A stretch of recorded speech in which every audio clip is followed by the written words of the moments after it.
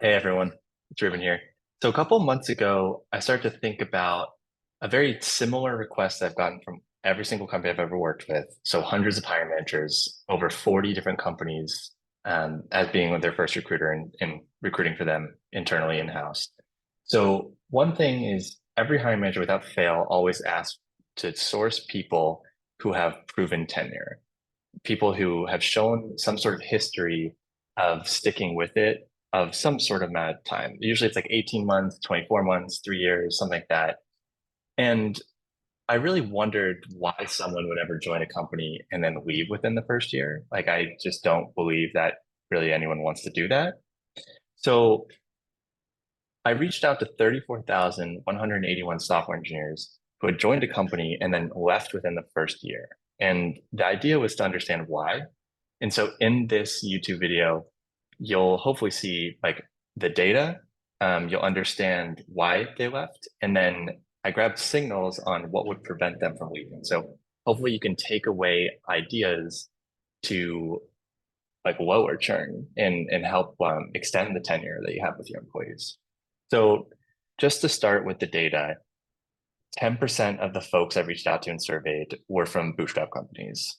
12% from early stage companies that defined as like seed or A, 28% from growth stage, and then 50% from late stage or public companies. So, and also I'll link to a blog post on my Substack, and I would love for y'all to subscribe for more posts like this um, at the in the comments or like in the description of this video. So the reasons that folks left were relatively, let's see if I can, oh, this is bigger now. Okay. The reasons folks left, like one is mismatch between the expectations of a role and the reality of the role. Two is management. I guess that's not really surprising, but kind of a bummer. Three is compensation. Not that many though, which was nice and good to know. Fourth, work environment or company culture. And then the fifth is lack of growth opportunities. So I put the percentages here. I wouldn't say I don't think they add up to 100% because I didn't ask individuals to only choose one. Sometimes they left for more than one reason. So the signals I got were the most interesting piece, I think, of the whole part. So when you think about management and what the signals that had to go with management or any other reason, signals don't always correlate with something super logical. Like someone might bring something up as a reason to try to make their situation better, but it isn't super obvious that it is management. So the first one was communicating or advocating for just a like better work distribution. So that might be clear, like once you see it. The second one was like voicing discrepancies between job expectation and actual responsibilities. So like maybe they just blamed their manager on that one. Third one I thought was strange, like that it correlated to management was negotiating salary and compensation. That might be sort of tied to the first two. But I thought that was kind of a different one. And then the fourth one is discussing issues with multiple levels of management.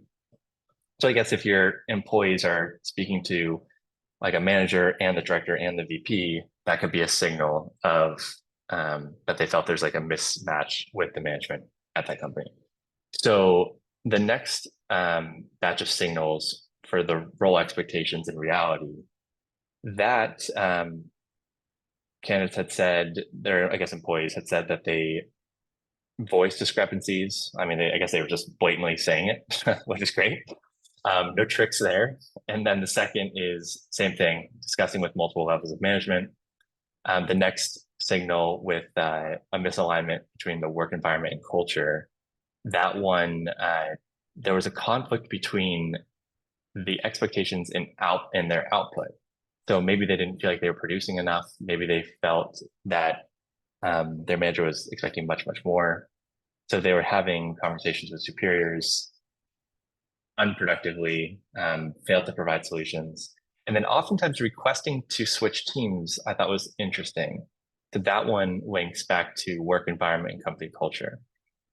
So the fourth one is around lacking professional growth and learning opportunities.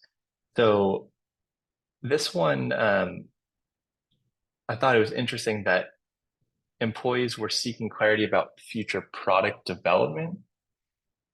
And that one linked back to professional growth and learning opportunities. So again, on requesting to switch teams, it can either mean lack of professional growth and learning opportunities or work environment and company culture.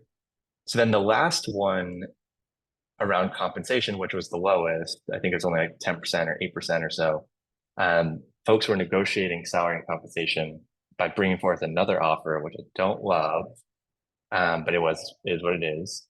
And then the second reason is they're requesting to switch teams because there's a conflict with a senior developer, which also sounds rough. Generally, like I've seen that happen when companies hire like too many architects and there's too many cooks in the kitchen sort of thing. So that could be like another research study that we kind of go into. So I think the most interesting thing of this entire post is that 84% of respondents attempted at least once to remedy their situation before resigning.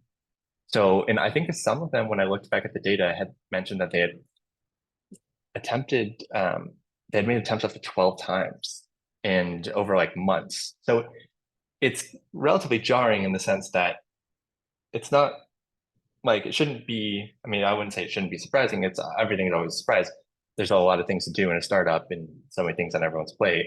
But I think there are things that we can start to grow awareness around, and hopefully that will help with retention. So anyway, hope y'all enjoyed this video. I'll link to the Substack article down below in the description.